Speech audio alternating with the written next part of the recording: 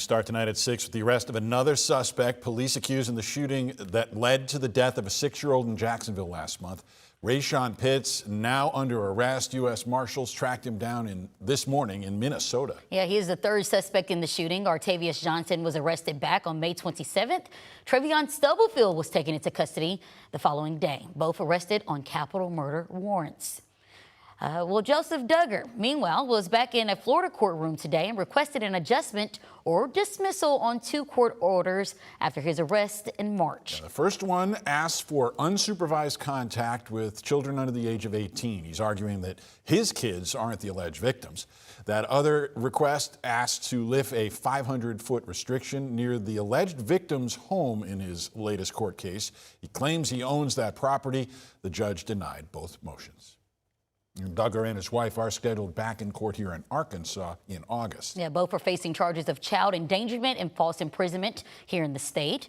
Just a few hours ago, though, officials held a press conference announcing more than a dozen people are now behind bars as part of Operation Viper, an FBI-led push aimed at violent offenders. Here's the tally of what they've done. 39 arrests, 35 illegal guns recovered, they say, and more than $70,000 worth of drugs. These results are not just numbers. They represent dangerous individuals taken off our streets and illegal firearms and narcotics removed from our communities. This operation sends a clear message. Violent crime will not be tolerated in Arkansas. Those who choose to commit violent acts will be identified, investigated, and held accountable. And the U.S. prosecutors say they are also targeting so-called gun conversion devices, or Glock switches, as they're called. They can turn a handgun fully automatic, and they are urging anyone who sees any suspicious activity to report it. Federal officials are also working to crack down on crime now that a near $70 billion immigration funding bill is now law, and it could mean more enforcement activity across our state. President Trump says the money will help protect the border and remove criminals he says are here illegally. It comes months after negotiations that followed those deadly clashes between protesters and agents in Minneapolis. And protesters are gathering up in Fayetteville. Lost our feed from it there. City leaders are discussing regulations on data centers in that area. There's no project scheduled in that part of the state right now, but people there want answers to certain non-disclosure agreements that have been tied to other businesses. Yeah, and closer to home, the data center conversation is also continuing with city leaders in Wrightsville holding a town hall. We've been following these debates for months and we'll continue with more tonight at 10. It was a pleasant Tuesday across the natural state. Temperatures topped out into the mid to upper 80s, but what you noticed is the humidity levels were still tolerable. Now that's going to change going into Wednesday. Out there for this evening, take advantage of it. If you got some yard work to do, not too bad. Numbers are pretty much around 87, 88 across the board. Got a few clouds scooting their way through primarily north and northeast Arkansas, but there's those dew points. The lower this number is, the more comfortable it feels. Notice the 72-degree dew point in Texarkana, and those 70s are headed in our direction for Wednesday. Current heat index, 88 in Little Rock, 93 in Arkadelphia, but it feels like 96 in Texarkana. Radar shows nothing. There were a few showers into north central Arkansas, but that chance is really slim through the rest of the evening. As we go into tomorrow, small chance there could be a few showers into south Arkansas. That does include the morning, maybe some patchy drizzle as that moisture level starts to increase from the south. Highs tomorrow topping out into the low 90s across the region. And then this is what's going to feel like out there during the peak heating of the day. It'll feel like the upper 90s to low 100s. I think tomorrow could be the worst day out of the next 7 because shower and thunderstorm chances, they will be going up. And more on that potential and the first potential tropical storm developing in the Gulf coming up. All right, Nathan, thank you. Well, artificial intelligence, it's moving into classrooms quickly, and members of Congress want to know if schools are ready. They held a hearing today addressing school districts, educators, and policymakers, saying they all need to work together to find the best way to work AI into their curriculum. And tomorrow in Hot Springs, leaders are going to add to the discussion there at the Hot Springs Technology Institute annual meeting. Educators are set to discuss ways to keep our kids safe when it comes to AI. Meanwhile, final rules over how homeschool families can spend the money in their education freedom accounts will soon head to state lawmakers for approval. THV11's Maya Ellison hears from the advocates worried that the freedom part of those so-called vouchers is getting limited.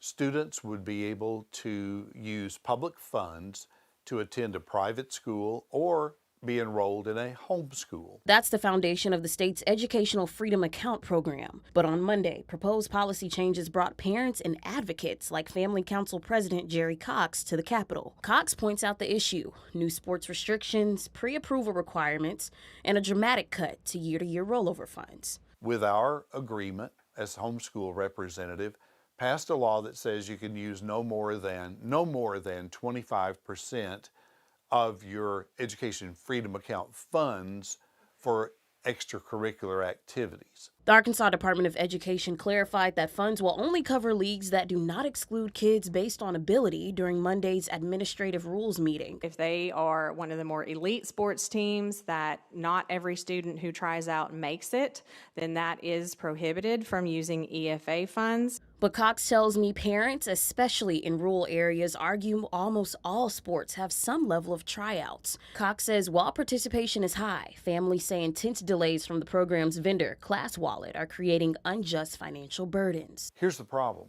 What used to take 2 to 3 weeks in reimbursement process is now, we're being told, takes 2 to 3 months. Now for Tiffany, she tells me her children are not homeschooled, but she still has questions of what changes are in place.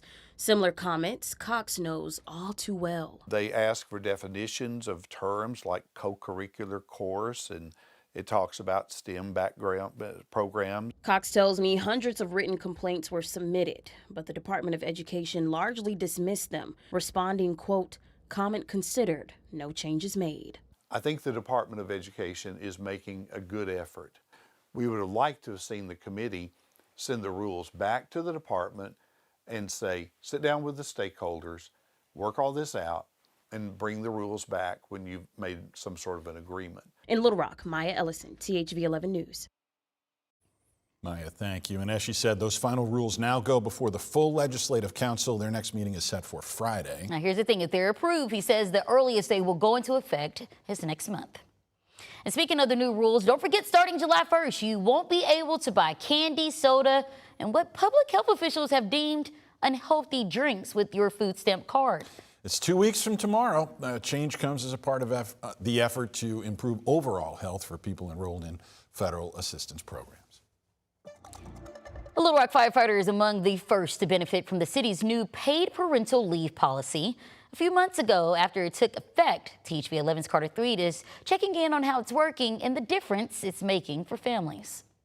For Little Rock firefighters, the work is important, but sometimes so is family. Kind of work out the kinks with first-time parenthood. Stephen and Lauren Shellnut's son, Jackson, is nearly 6 months old. For Stephen, a Little Rock firefighter, the city changed its parental leave policy at just the right time. Firefighters that have at least 1 year of service have the benefit of taking 12 weeks of paid parental leave for the birth of their child. The city implemented that policy for employees on January 1st. Jackson was due January 19th, but He arrived December 19th. But that didn't matter as the city worked with the family, allowing Stephen to start his paid leave early, making him one of the first to use the benefit.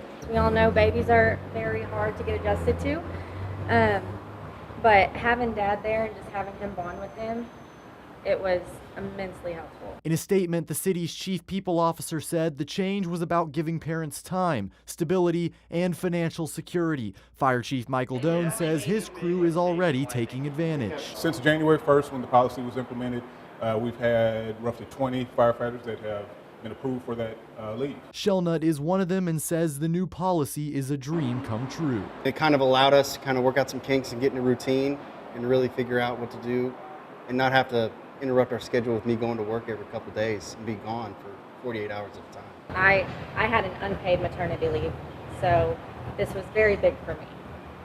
So I'm just glad we had at least one paycheck coming in. In Little Rock, Carter Thweet, THV 11 News.